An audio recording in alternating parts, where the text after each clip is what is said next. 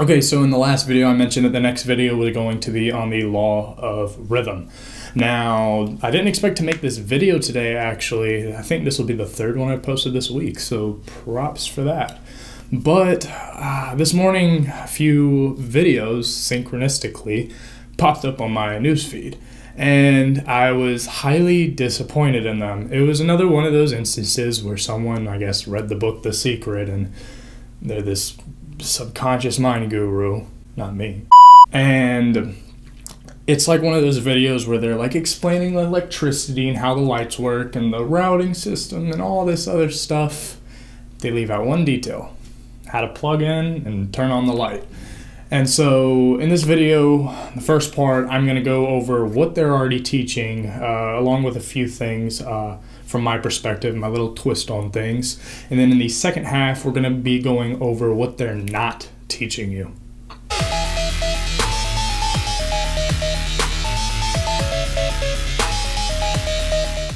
Alright, so it seems I'm going to have to check out more of what people are posting in the Law of Attraction community, because there's a few things that people are running into problems with that need to really be talked about. And number one is the law of rhythm. There was a few videos where they're talking about the 10 laws or the 12 laws or 20 laws of law of attraction, which the law of rhythm has nothing to do with that. It's like you know, everyone fighting over, you know, I'm not trying to say, oh, it's really this, but I mean, it really is. But even before it was a thing, it's like gravity. Nobody just discovered like gravity, like, oh, it just got invented today. They came up with a way of explaining what it is. And so you hear a lot of people and they mention the quote out of the Kabbalion. The Kabbalion states the law of rhythm, or actually the principle of rhythm, that everything flows out and in, everything has its tides, all things rise and fall, the pendulum swing manifests in everything. The measure of the swing to the left is the measure of the swing to the right. Rhythm compensates. And actually I think it says swings to the right first. This law is a very easy law. This principle makes a lot of sense to a lot of people. However, they get it mixed up with polarity as the two sides, but really, in my opinion, the law of rhythm is the motion between the two poles of polarity. Now, they'll talk about in these law of attraction videos, you know, everything has its up and down. You know, they get you in the, you know, mindset that, you know, it's okay. These bad circumstances aren't so bad. It's just the way things go. And that's great for the mindset, and that can keep you up for a while. However, if you want to get anything done, you need to rise above this law and begin to swing with it. And that's one thing we're going to go over later in the video, is how you can swing with it. I was watching a video earlier, and this lady was talking about, you know, everything that comes up must go down. Yes, that makes sense. Everything that goes left must be right. But also, they don't take in the other 7 Hermetic Principles, because they don't realize that they're teaching the 7 Hermetic Principles. Otherwise, they wouldn't call them the 12 or 10 or 8 laws of the law of attraction, which is fairly new, actually. When people were like, well, you know, if you go left, you must go right, that makes sense if you don't understand anything but that law. But take in the first Hermetic Principle of mentalism, of everything being of the mind. The perspective begins in the mind. You see, when I'm going left, or no, well, that's your left. If I'm going right, you're viewing me, it's really left. But who's right? We're both correct. And that's kind of a manifestation of the law of polarity. You'll notice that the 7 Hermetic Principles all mesh into each other. They fit perfectly. But a lot of people have a biased opinion about the law of rhythm, and they state it as like an up and down of life, but really it's more of almost like a spiral kind of deal. Actually, now that I think about it, I'm going to put a video in here. This will give a perfect example, an actual physical manifestation of the law of rhythm in action. Because after you watch this, you're going to notice that it's not the pendulum that just goes back and forth. It looks like it's on some abstract, you know, uncalculable path. But if you notice over time, there's a grand scheme. There is a grand rhythm. Here's that video now.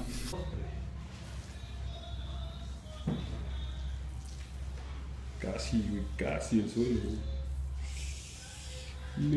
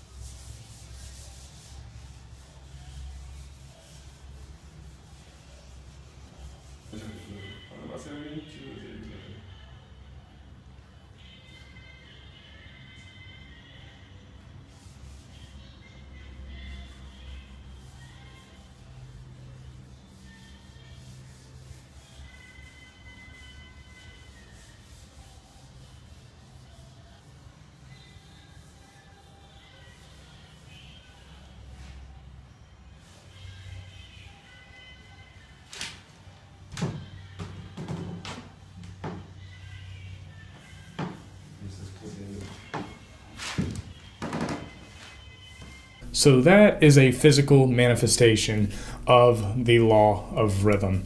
And also, when you're saying everything comes up and down, there's good and bad, they're all subjective because remember the perspective of the mind, remember the law of polarity. What is good also might not be bad because it might also get worse. Because if you just listen to their videos, they're like, well, you'll know that you're in the bad of your life, so you need to start working up. And then, you will be at the peak, so don't expect to not fall down. While yes, that is true in the law of rhythm, what they don't tell you is that, like, if you're viewing something as bad, you're automatically going to think that, well, it's going to get better. But for some people, the law of rhythm's not done with them yet. They're still going down. And so some people will tell you, oh, well, you just need to think about if you're on the rise and the fall. But that would be judging. And as I've said, don't judge things are good or bad, just as is. This will help you move above the principle of rhythm. And then now we're going to go over how you can swing the right way rather than going against the current. And the big thing that nobody is talking about, well, there actually is a few channels, so don't be like, oh, hey, so-and-so talks about this, is planning. Nobody tells you what to plan your operations on. It's because nobody even talks about operations. Nobody talks about using the law of attraction other than just when you're walking around your daily life, as you're consciously thinking about it. But as we know, if you watch this channel, you must forget about it for it to come to you and manifest. And nobody's doing that. And so how do we plan? Now, everything is in rhythm. Everything goes up and down. The tides are controlled by the moon. Now, we're going to get into a little bit of astrology later on, and we're going to go over a little bit right now. Now, of all the celestial bodies in the sky, the closest one is the moon, influencing our moods. It also corresponds to the mind, so it's very great to use for planning our operations, especially since it's one of the fastest moving out there. So you see, you don't have to wait for something or all this other stuff that you may have learned when learning astrology and planning things. So how do we use this to plan? Well, everything waxes and wanes, just like the moon does. When the moon is waxing, it is a good time to begin new things or to bring things to us. And during the waxing moon, or during the waning moon, it is best to push things away. You see, a lot of people are working against this, and it's not benefiting them at all. Now, they don't tell you this, and so this probably comes off odd to a lot of you new people out there, but you gotta plan it with the moon.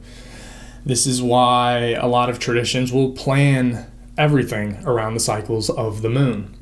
And so there's also another thing to take in account, and that's when the moon is void of course. It is usually accepted that most of your operations are probably going to fail if the moon is void of course. However, this does not last long. It can last 2 minutes, or it can last a full 2.5 days, which is how long the moon takes to travel through a zodiac sign. You see, the lunar month is just the moon going around the entire zodiac cycle.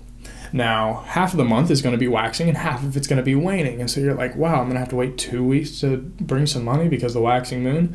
No, this is why we depolarize ourselves, so that we don't just get good at attracting, we get good at repelling as well. You see, it's the waning moon, and if I wanted to do something for money, as I've said before, you can banish poverty. You see, if it's a waning moon and you're like, I want to start eating healthy, and you're like, it'd be a great day to do something for that. It might be a better idea to cast some pounds off, to lose some weight, because you want to eat healthy, you want to get healthier, and then when the waxing cycle of the moon comes, then you might cast for that. But it's always best to go with the cycle of the moon. Now, I have gone out of the cycle of the moon before, and you do get gains, but I'm going to tell you, if you don't follow the Hermetic Principles, you're not going to get the best results. And the law of rhythm is a Hermetic principle. And if you're curious about more on this, you can go read the Kabbalion. It's a fairly cheap and small book. It should only take you about 3.5 hours to read. If you're a slow reader, maybe 6.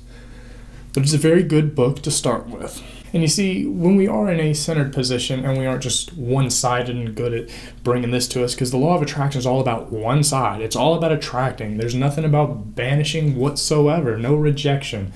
It's one-sided and it's off balance, and it's why half of the people don't get results, because some people are better at that side than the other. But however, you do have to practice. So just like if we wanted to attract happiness, but it's a waning moon, we could banish sadness or whatever is holding us back from the happiness. You got to think about these things. This is why I say you got to sit down and think. You have to use the mind, because that's what's going to help you. Your intuition that grows while you meditate, that's what's going to help you. You could banish boring circumstances from your life, or if it's a waxing moon, you can attract new and creative and exciting things to happen in your life. And we're going to learn how to do this soon whenever we go over sigils. However, I'm pretty sure that I'm not going to do the sigil video just yet. There's a couple things we need to go over. However, if I feel that it's necessary, I might just fit it into the sigil video itself. But anyways, one of the biggest parts to follow when casting for things is to plan it correctly. You might have to wait 2 weeks. You might not have to wait 2 weeks if you're good at both sides. This is why you should practice depolarization. This is why you should practice the middle pillar ritual. This is why you should take any grounding exercises that you've been exposed to. You know, there's grounding exercises that I've used like 5 years ago that every now and again I will still use that.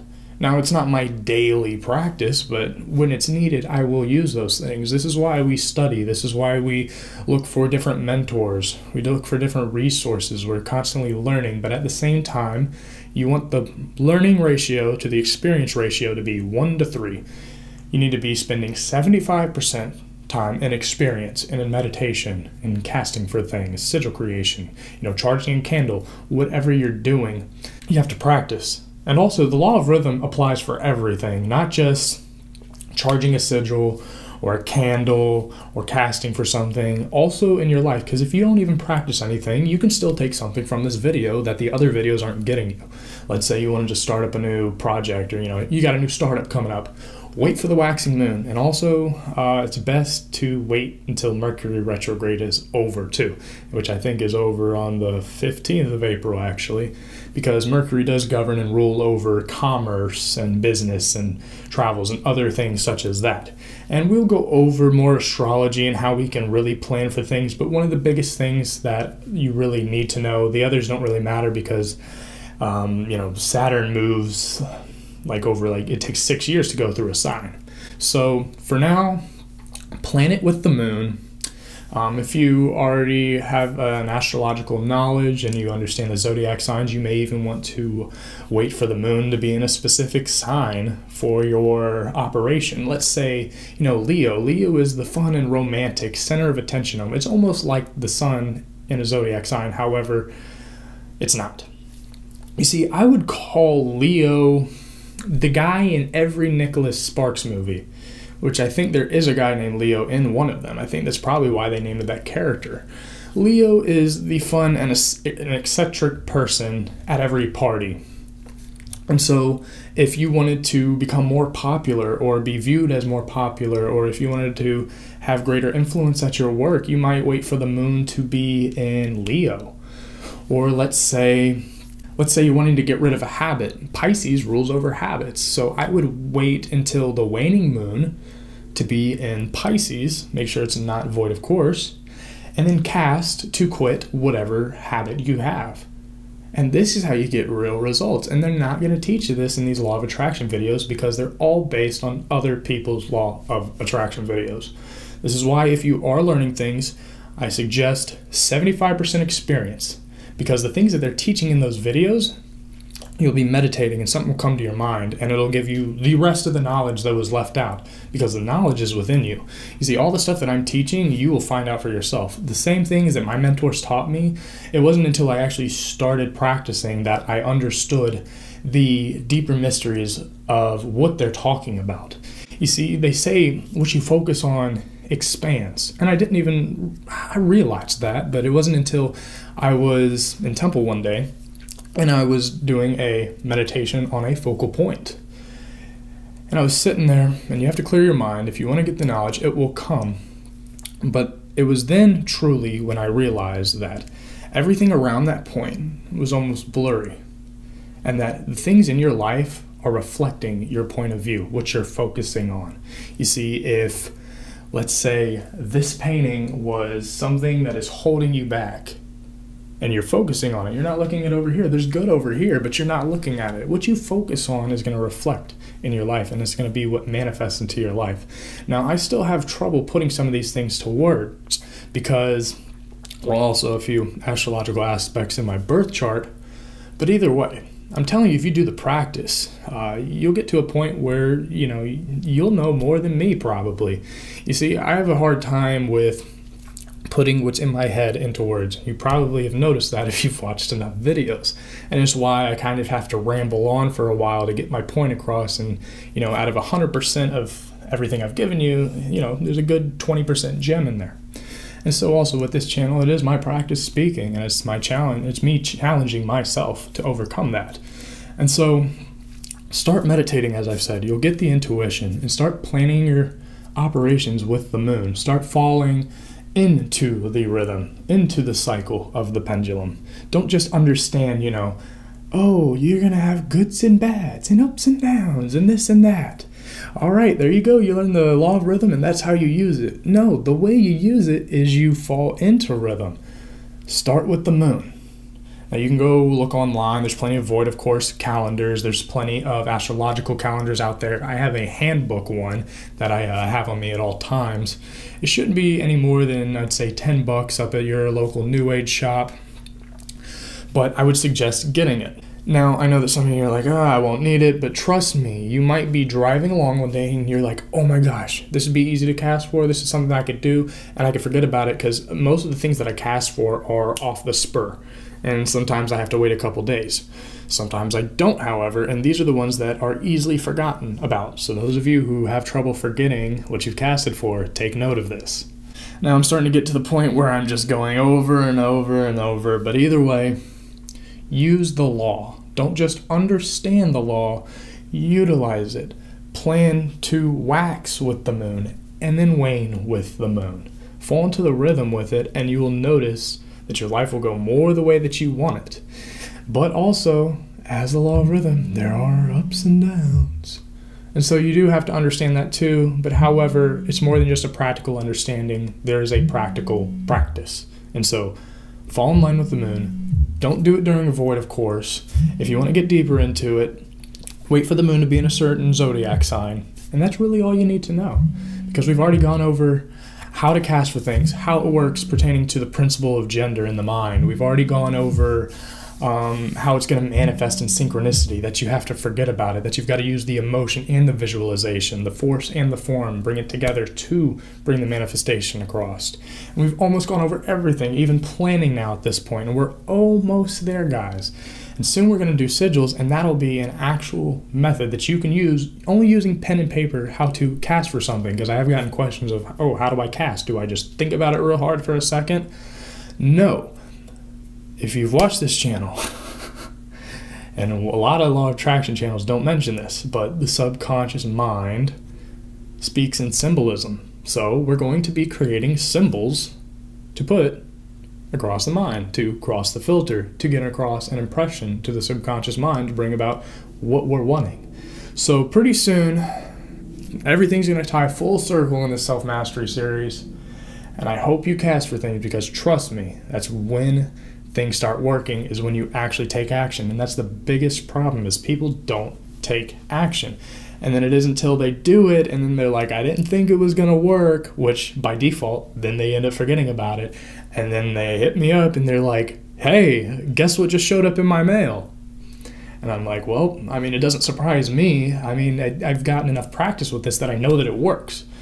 So for all of you who are out there who have hit me up to say, you know, how do you know it really works? As if like me telling them that it works is enough proof for them. Do it yourself and find the experience yourself and get the results yourself, because the proof doesn't matter to anybody else.